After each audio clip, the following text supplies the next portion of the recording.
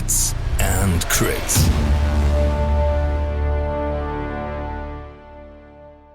This video is brought to you by Asmodee and Fantasy Welt. What's up, Hits and Crits family? Welcome to this next video for the community contest. It's a very special one, and I'm pretty sure you saw the thumbnail and you were looking for, or you are expecting some kind of reveal, a unit release, and some kind of release. And I can tell you that we have a release today. It's not a cmon release. It's better. It's a Hits and Crits release. And this is why we have both people here. We have Nachtalb, my teammate, and we have Wolf with us today. So no one, or probably, I don't know, some of you might know Wolf, but happy to have you both. And great to have this unit reveal today. Nice to be here, always. Yeah. Yeah. Hey, thanks for having me. So Wolf, let's start with you, right? So you've never been in one of the Hits and Crits videos, and that one particular day I reached out to you with this idea in mind to create something for our most beloved game. So start with let's start with you. Tell us a little bit about who you are, what you're doing, and what's your passion with this. Sure. My name is Wolf Kaulen. I've been a professional sculptor for over a decade now. For the past 2 years, I've been sculpting miniatures exclusively. Mm-hmm. Awesome. And how did you become this? I mean, did you start out with miniatures, or did you try like anything else, or like what's your background? Are you a nerd like we are, or did you? I am indeed a nerd like you are. Okay. Yes. Okay. I did start out 3D modeling in uni. Actually, I did study interactive animation. Mm-hmm. And after that, I moved on and became a freelance 3D modeler. Mm-hmm. And I've been a character artist mostly for advertisement and video games. Mm-hmm. But when COVID hit, I kind of came back into the hobby of tabletop games and RPGs and everything. And then I thought to myself, I do have the skills to actually model the characters, so why not actually get a 3D printer and print some for myself? And then I realized that I much prefer the creative process of sculpting miniatures to the very technical approach to sculpting 3D characters for games or movies. Mm-hmm. So now I'm doing this exclusively, full time, which makes me very happy. Awesome. And we so much benefited from it. So thanks for having you today. So you said you are a nerd. So do you have like a main system? Do you play tabletop? Do you play war games, or are you more on the role playing side of things? I do both. Okay.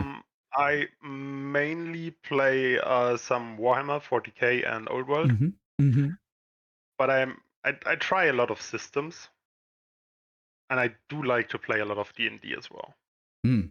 Awesome. So the most important question is, when does Thomas show you some Song of Ice and Fire gameplay and give you an intro match? That's the most important question I have for today. As soon as possible, I hope. As soon as possible. All right. So let's look at some of your work. Because when I found you and I reached out over Fiverr, right? And I was looking at miniatures. I was looking at like art, like the style of the style of miniatures I could find. And obviously Fiverr is a great platform with quite some reach to give to artists like yourself.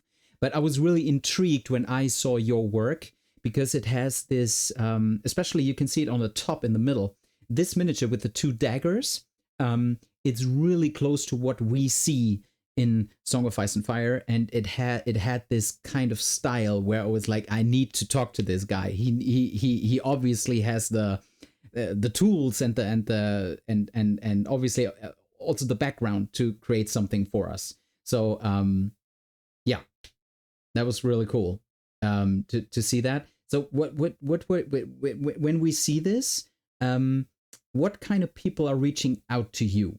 When you look at like the everything you do each day, or like the biggest amount of your work, where does it land? Does it land in 40K? Does it land in role-playing games? Where's the majority?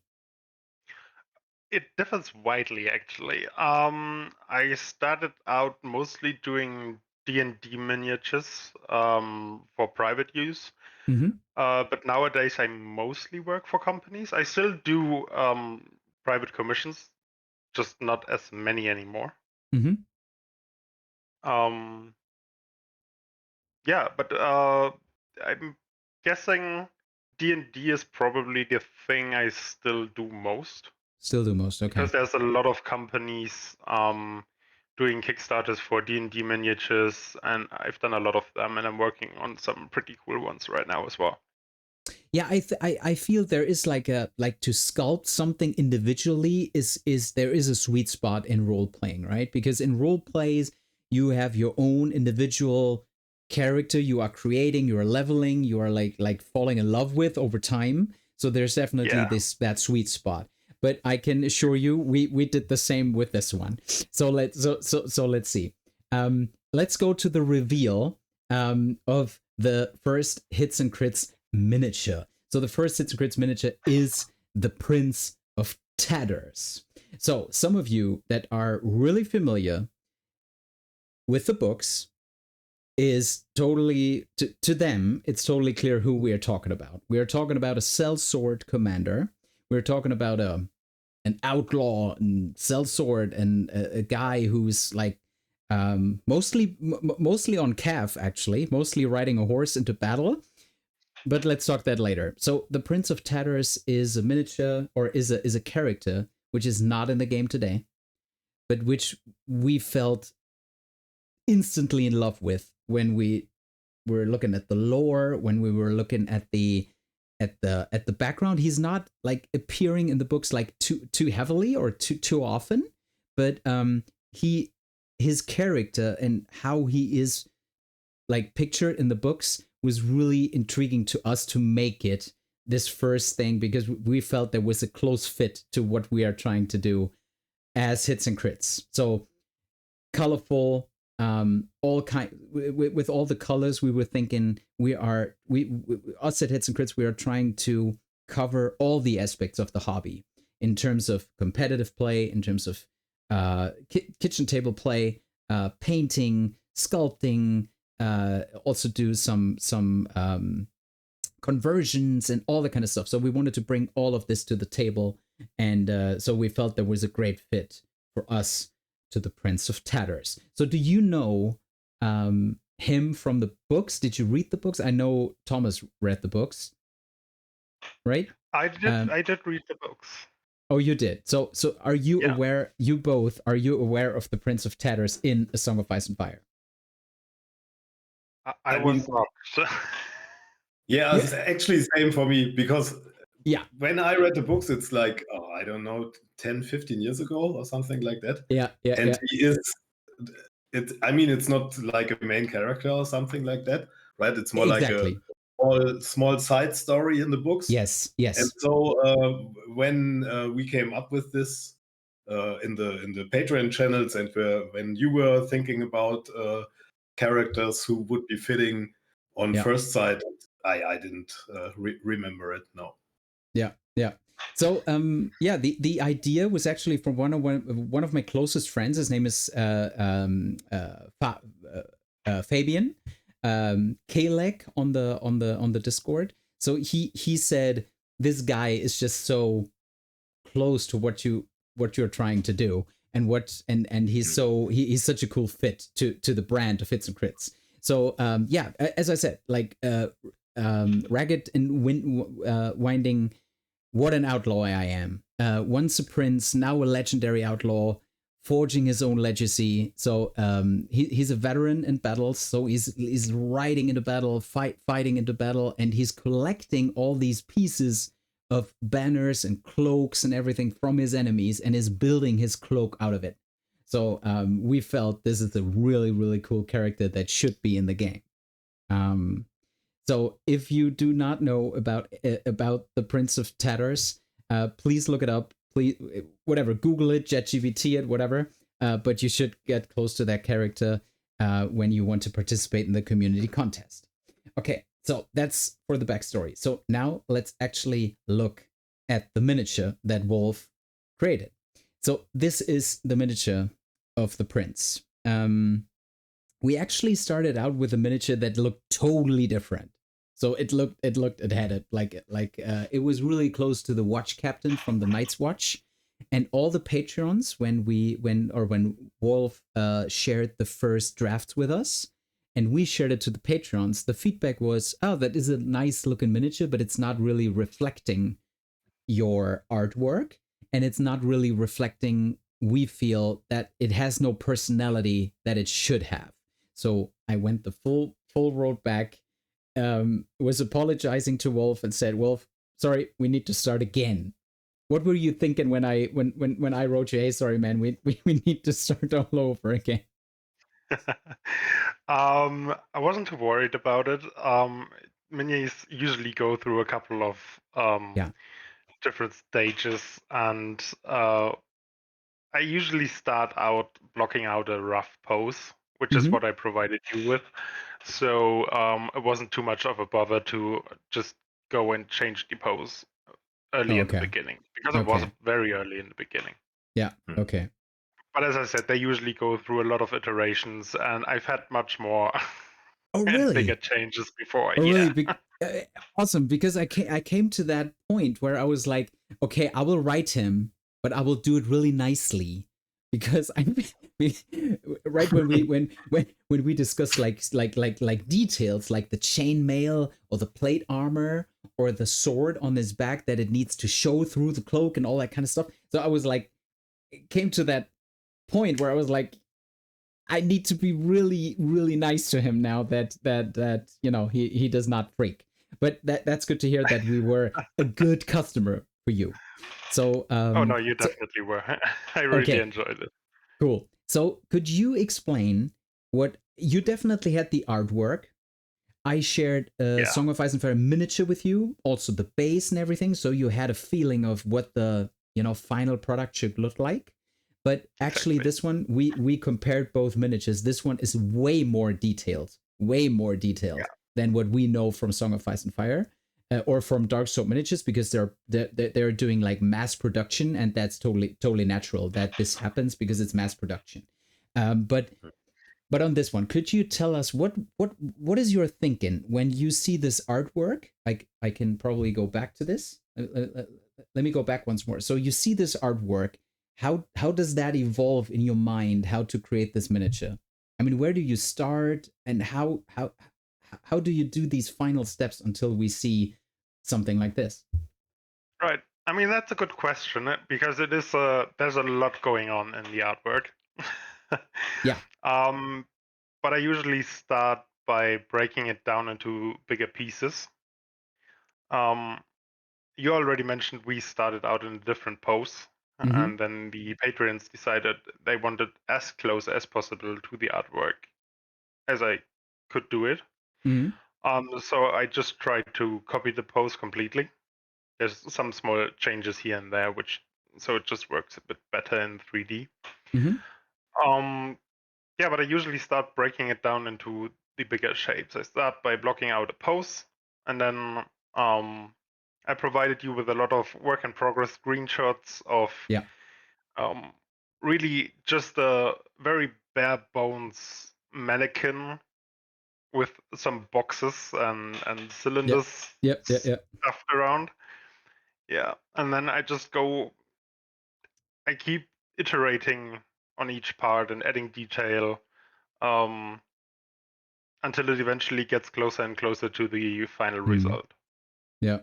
I remember that when we got this very early stuff with the cylinders and everything, and everyone was just a box and everything, and I shared that with that closer inner circle of this project, and everyone was like, because we don't know, right? We have no clue, and one of the guys was asking me, hey Chris, was that a good idea? I mean, was that well spent money, man? And I was like, yeah, I assume so. So that was because we don't know, right? Yeah. No, that's why I always make sure to explain that this does not in any way look reflect like the final. Yeah. So before we go to the next part of this miniature, while we see it this big, what is your favorite part about this miniature? And I'm not I do not mean like the sword or the cloak. I mean what do you like most about this overall miniature? What is it?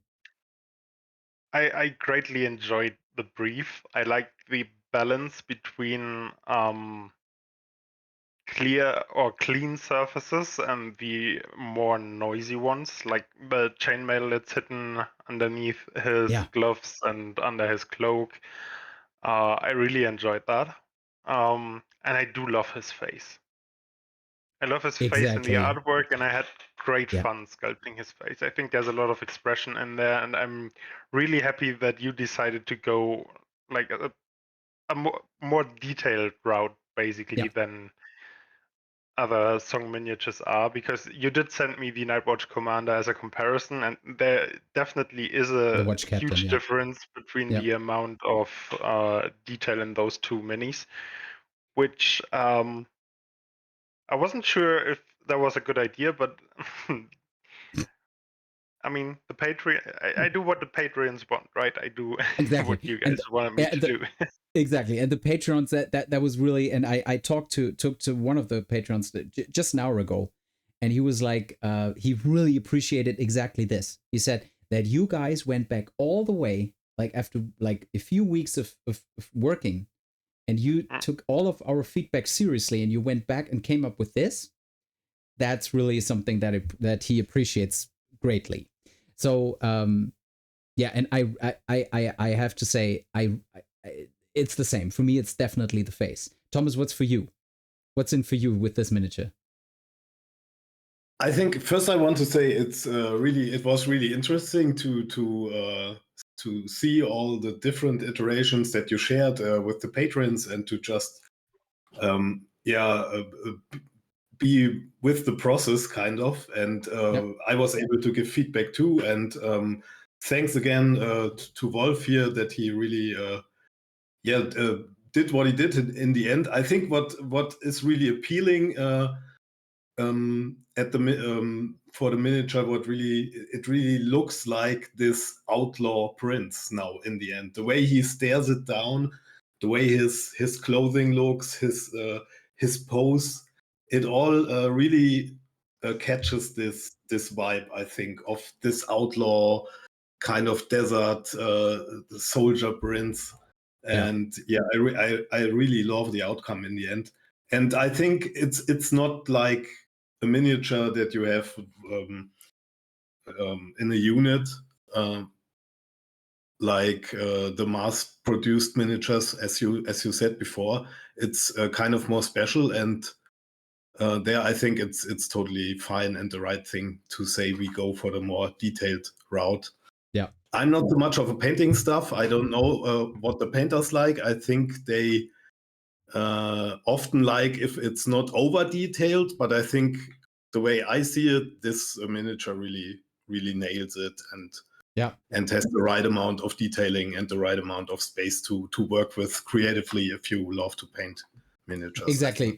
That was one feedback we got from the patrons. Exactly on the cloak, right? We were a lot of time, like a big amount of time, we were on the cloak, and we were thinking we need to add some details to make it look like Tatters, but we do not want to go too deep with it because we want painters to have some flexibility and some right to have fun to paint this. And talking about painters, we brought now you see it from the back once more. The miniature is aimed to be really your playground of colors, because you can do whatever you want with it, right? There's no clear sign of what colors he is wearing. Obviously, we are trying to push it a little bit into,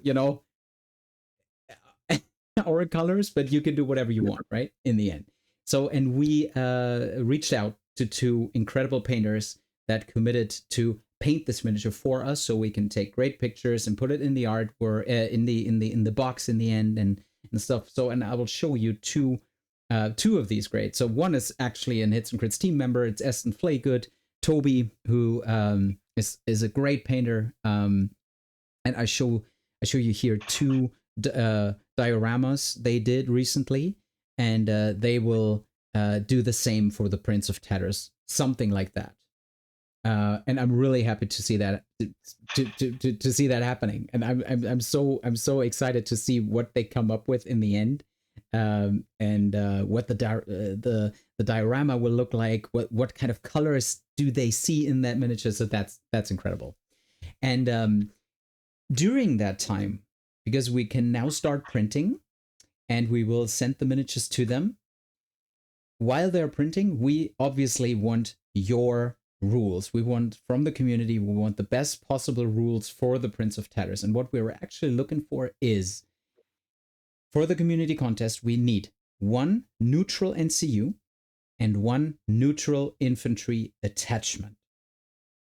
And to the process, I will give it to Thomas, who can talk you through what we expect from you, what we are looking for, what's the time frame, and everything. Exactly. Yeah. You go. Yeah, I mean, now in the end, it all comes together somehow. We had the last contest in spring, and people were already like 1 week after the contest, they were already asking, "Hey, what's next? When will be the next contest?" And we always said, like, after the summer, end of August, start of September, we will come around with a new community contest. And now it perfectly comes together, I think, with the release of this great miniature. And what else to do, what else to say, as obviously we take this opportunity, and the contest will be about rules for our own Hits and Crits miniature, right?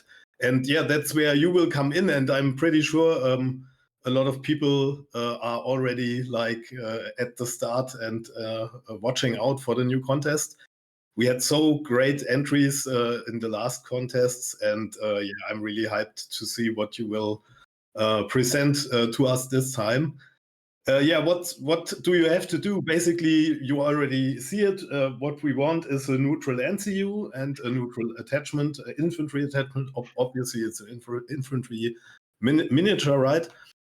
So you can do both. You can do only one of both, as you like. I would insist that you do both if you take part in the contest. Just send us 1 NCU and 1 attachment idea. But if you say, I mean, I have a great idea for an NCU, but not such a great one for an attachment or whatever, then feel free to just submit your idea to us. We will appreciate it. And as we did in the last contests, we will have a look at all of it again with some criteria. One will be lower, obviously. You can inform yourself and catch up on the lore of the Prince of Tatters. And we obviously want the rules kind of fitting to the lore. If you can make that happen, it would be great. Then obviously it should be kind of balanced, right? It shouldn't be super overpowered. It shouldn't be super underpowered. So don't be scared. I said that a lot in the last contest too. Some people tend to be a bit scared, I don't want to make it too overpowered, and then tend to make it a bit underpowered. So we don't want that either, right? So good balanced entries would be great. And yeah, basically another point which is kind of important is be creative. Maybe think about some new mechanic, some new idea that we don't have in the game already. Don't mix and match old stuff. And yeah, that's basically our criteria. You will have 6 weeks time, about 6 weeks time. We said on the 19th of October is the last possible day. Exactly. 19th of October is the deadline. Exactly. And just one sentence on, we want to create a miniature which really fits the game.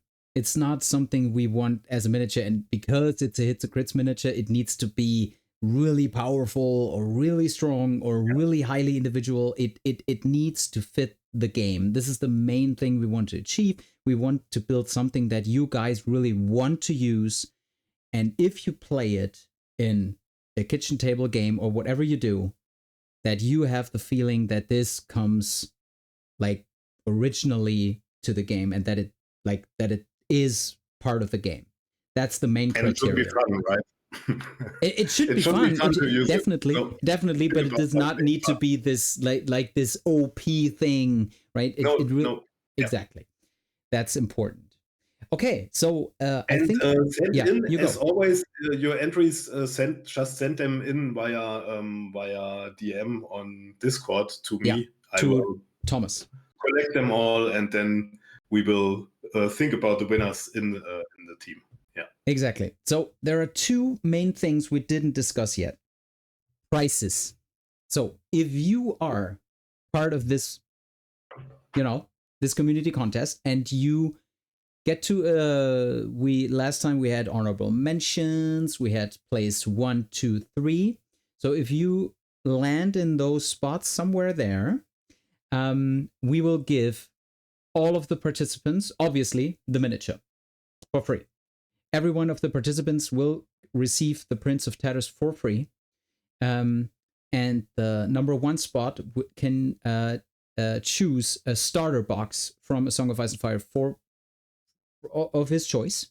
So 1 starter box goes to the winner, and we can and we will go for promo miniatures for second and third kind of availability. It comes down what you want. If we have it, you can get it, but I do not want to commit to a certain miniature yet, because it really comes down to what the inventory tells us. But place 2 and 3 will receive a promo miniature of your choice.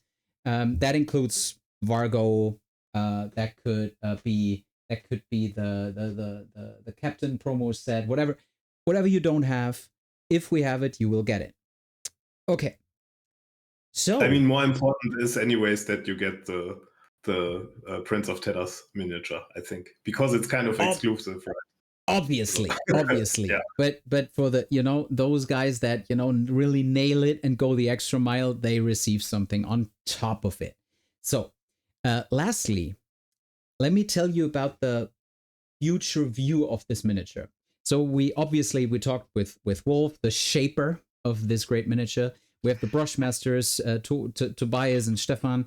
We have all, but we didn't talk about the rest of the guys. We didn't talk about Rainer, for example. Rainer is our printsmith, and he will produce this miniature on demand, starting on demand. Let's see where he goes. Let's see what kind of adventure the Prince of Tatters takes, because we already have big plans in our mind. But let's see. So Rainer will basically produce the miniature. Then we have the Inkwright. This is Yassa, Depletor on the Discord. He and Fabian, the scripter, they will provide inside the packaging. They will provide like a little booklet that gives you the background, the lore, the idea, the credits, some more artwork and all that kind of stuff. The painted miniature from Mitch and Toby, and all like a little booklet, like a little art book. So those guys are doing this. I did most part of all the creative work.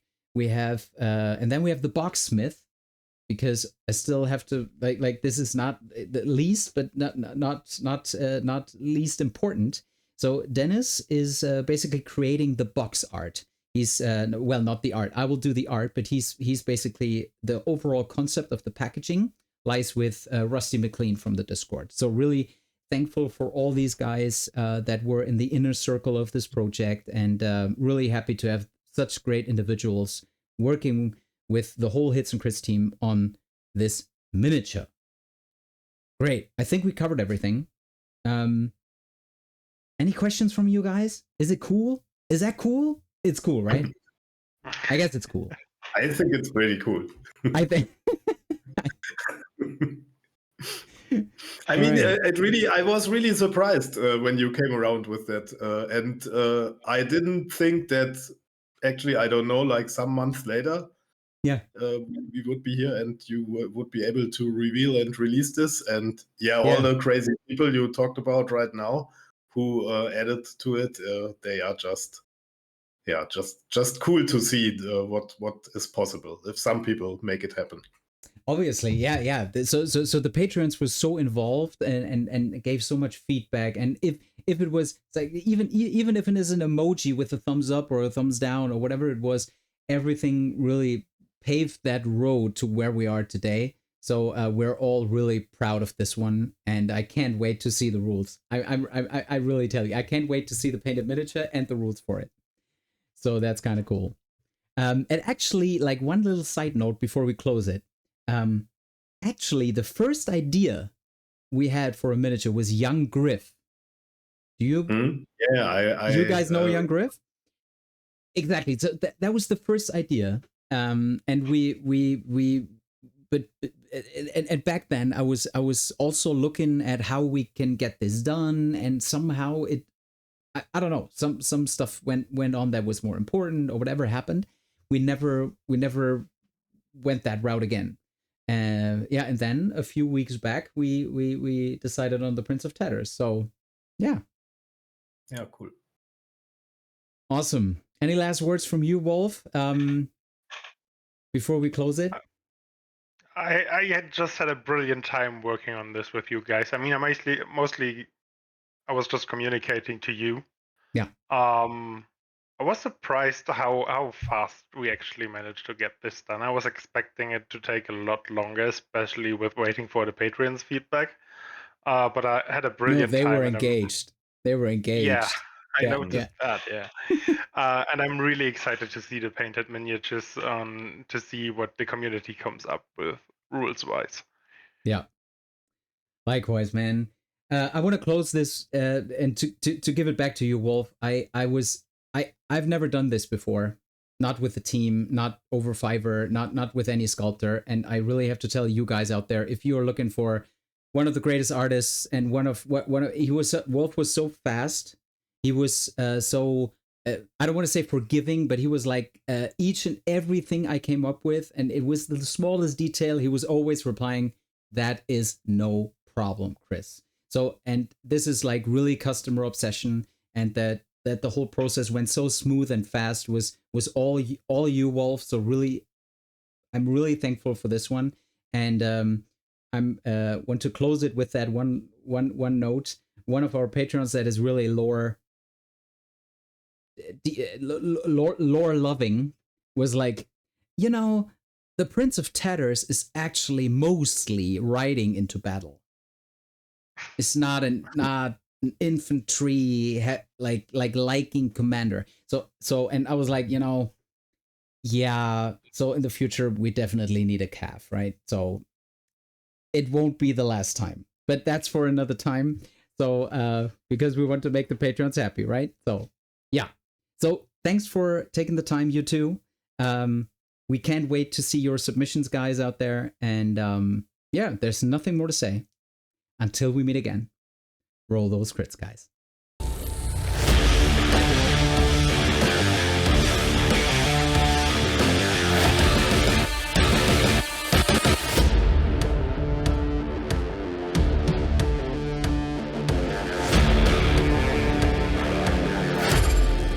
Come for the hits and stay for the crits.